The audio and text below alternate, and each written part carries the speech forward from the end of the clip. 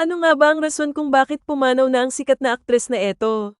Si Barbie Chu, kilalang aktres mula sa Taiwan at tanyag sa kanyang papel bilang Shan Kai sa seryeng Meteor Garden, ay pumanaw na sa edad na 48 noong ikalawa ng Pebrero taong 2025. Ayon sa mga ulat, nagkasakit siya ng trangkaso habang nagbabakasyon sa Japan kasama ang kanyang pamilya, na humantong sa pulmonya at kalaunan ay septic shock na naging sanhi ng kanyang pagpanaw. Ang kanyang kapatid na si DHSU ay nagkumpirma ng balita na nagpapahayag ng malalim na kalungkutan at pasasalamat sa kanilang pinagsamahan. Si Barbie HSU ay mayroong kasaysayan ng mga problemang pangkalusugan, kabilang ang epilepsy at sakit sa puso, at ilang beses na rin siyang na-hospital dahil sa mga seizure.